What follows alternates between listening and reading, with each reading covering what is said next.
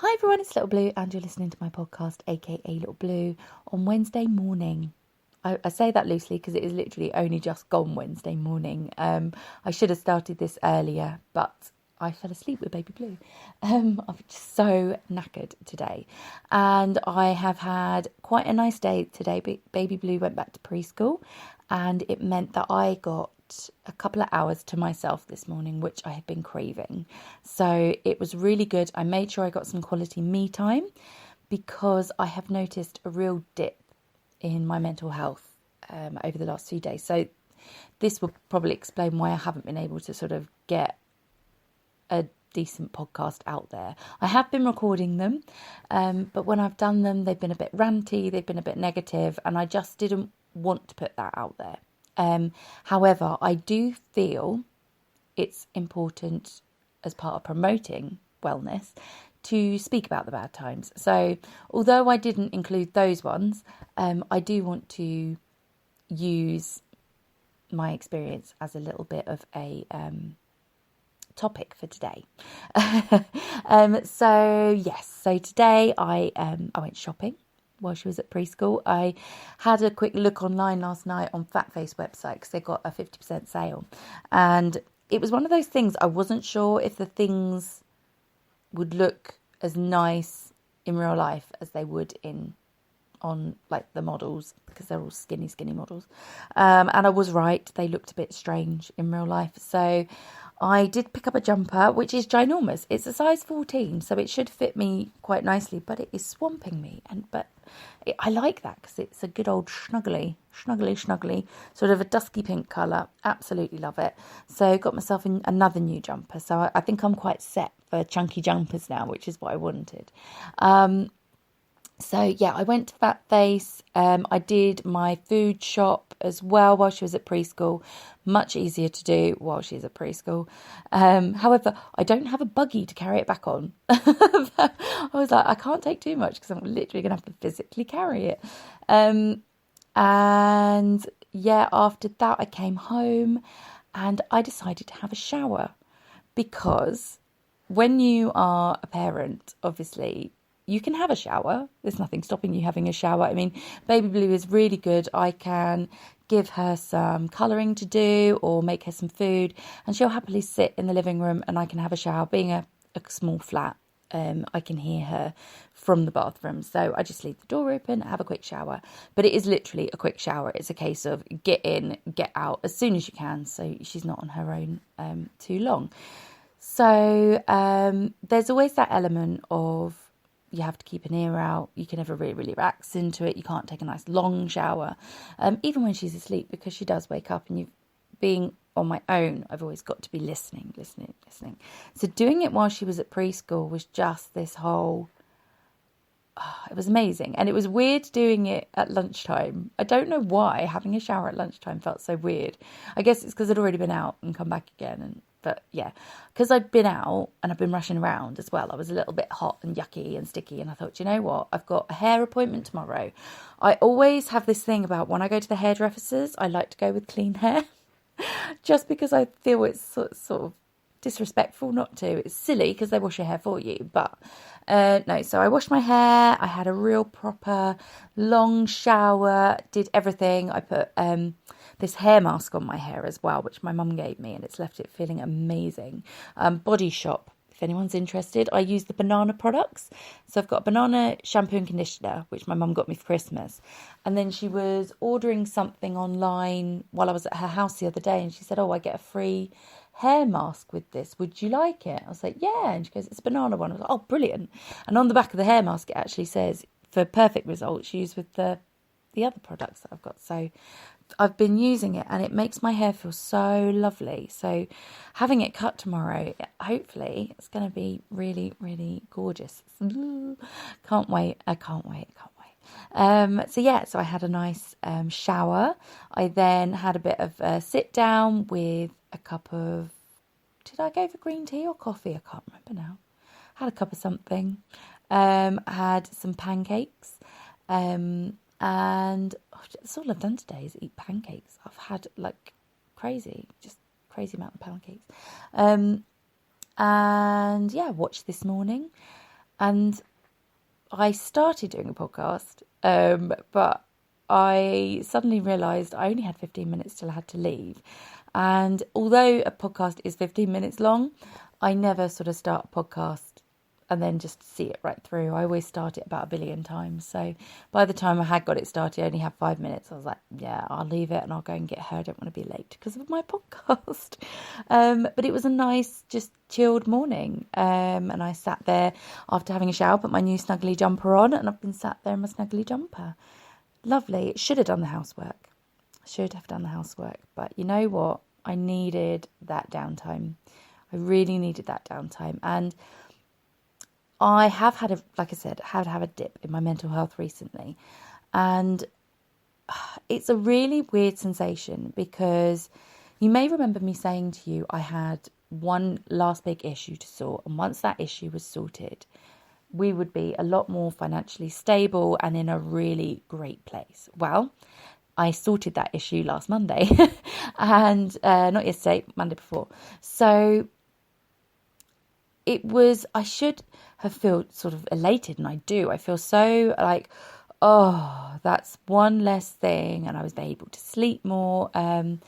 But I have this sort of niggling thing that I shouldn't be doing what I'm doing, and I couldn't quite work out why I wasn't feeling more relaxed and more happy, why I was still feeling stressed, especially with money, and and I think it's because it's happened for so long. Like, we're not just talking about the last year where I've moved out, started on our own and stuff like that. Even before that, I've had to be really sort of picky with pennies, and I couldn't be frivolous. I haven't been able to buy myself any clothes or treat myself to anything in years, for many reasons, which I won't go into. But I feel like I can't do it, and I couldn't just get my head around it. I couldn't, like, I booked a holiday, and I knew I could afford to do it. I knew it was something I'd planned to do. I'd been looking into it for weeks, so I knew exactly what I wanted to do, but paying that amount of money out just made me feel sick. And it was so weird. And it's booked now, so we've got a holiday to look forward to. So I'm hoping I can just relax and think, oh, I can't believe I spent all that money on a holiday. And I've done a few bits of shopping, taking baby Blue places. Well, I haven't spent that much money, but yeah. And I've paid off debts, and I've topped up my gas and electric, so it's going to last me the month. And I keep checking the gas and electric, thinking, oh my God, it's going to run out soon, it's going to run out soon, it's going to run out soon, because that's how I've been living for so long. And I couldn't put my finger on it. And then one day I was watching an interview on TV, probably on This Morning or Lorraine or something like that. I watched them on YouTube. I love watching little interviews on YouTube. It's how I pass my time. It's sad, but true. And they were talking about something called imposter syndrome, which I'd never even heard about before. And I think it's something I'm going to be bringing up with my therapist on my session on Friday, because when you read articles and when you hear stories, and even fairy stories like Cinderella was overworked. She was made to live in really bad situations. She was made to do all the housework and all of this. The amount of times I compared myself to Cinderella over the years, it's ridiculous. And then she went to the ball. Everything worked out. She got taken away from that awful situation, and she met her Prince Charming, and they lived happily ever after. So you sort of think happily ever after says it itself, doesn't it? But you never contemplate, you never really factor in the mental health side of happily ever after. Because after all of those years being treated so badly, did Cinderella actually have PTSD? Does that sort of lifestyle that she had still affect her in her current day lifestyle? And I think you kind of think it's all just going to be wonderful and brilliant and fairy tale, and it's not. That was the first thing that hit me when I sort of finally took the leap and sort of started changing my styles and thinking more positively and just going for it. It was the fact that I then got hit with this mental health condition. And dealing with that was really hard. And so now I've sort of been working past all these little obstacles as I've been going along.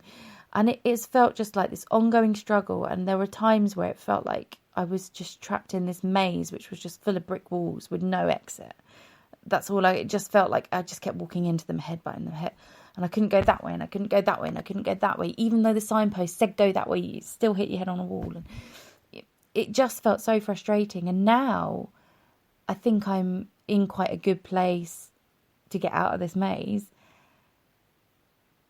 Or I'm in the middle of the maze, let's say. I'm in the place you're meant to get to. And I don't feel like I should be there. I don't feel like I should be doing the things I'm doing, which is just normal everyday things that everybody does. So like being able to take Baby Blue to soft play one day a week, or treating us to pancakes today. Even that, because I bought the pancakes from Waitrose. They were a little bit more expensive than I could have paid if I had gone to Sainsbury's, but I wanted to do it special because I could, and just treat us. But it was just pancakes, literally. This pack of pancakes cost quite a lot because it was from Waitrose, but they cost about £2. And I bought some Nutella, pot of Nutella, another £2. And then what else do we have with it? We already had the other stuff I had with it. So, I got some bananas. That's another £1. So for a £5, we've had all these pancakes, which in itself is fine. And if I'd bought the egg, milk, all of that, it probably would have cost the same. So, but it's just the way my head thinks. I just don't think I deserve it. Or like going out to a coffee shop, I just feel like everybody's saying, oh, she doesn't have much money, why is she doing that? And judging me. And of course they're not. But yeah, it's just that whole thing. And a massive wake-up call for me, I think, is something that my cousin says she does as well, which I start neglecting my housekeeping. And I've had a wonderful half term with Baby Blue, but it has been really hard on my mental health because I have really struggled to find me time. And in the evening, when I do get that me time, I really wanted to take it and stuff like that. And I've just sat here and I've watched TV, started watching Torchwood again because it's on iPlayer. I love Torchwood. Spin-off series from Doctor Who, if you didn't know. And yeah, I just didn't really do anything else. Didn't make time for housework, which I would normally do. I'd normally have a whole day where we'd have in and I'd get like arts and crafts for her. And while she was doing those, I'd really sort of get cracking on the whole flat and making sure it's nice and tidy. But when I don't do that, I think it's because my mental health's taking a bit of a dip. And the other day, I couldn't find things. I kept treading on things. I realised that it was sort of like I woke up from a dream and then somebody had trashed my house. I almost didn't see it happening. And when that happens, I know it's because my mental health isn't 100% there. So I started doing stuff for me again. I started really focusing on my self-care because I realised that must have taken a bit of a dip over half term. And so I would urge you to look for triggers in your own life. So things that you might do that you don't realise you're doing. And then if it's something physical, like not doing the housework, you can suddenly think, oh, hang on a minute. Is everything okay with my mental health? Am I doing this because of this? Or have I just been a lazy arse, basically? But for me, it really is. So now I can go to my counselling session on Friday and I can say, look, I've had a great half term, but I've got this thing. I'm a bit worried about imposter syndrome. Do you know something about it? Can you help me with it? Blah, blah, blah. And we can go forwards from there. Which is, I think, a healthy way of dealing with your mental health is recognising the little, not triggers, but the little traits that you take on when things aren't so good. So you can always pull yourself out of those little dips because it is this whole big roller coaster. Anyway, I'm going to have to go because the podcast's coming to an end. I've rubbished on. Sorry. I will see you tomorrow for another podcast. Take care of yourselves and make sure you get good self-care me time. Take care. Bye.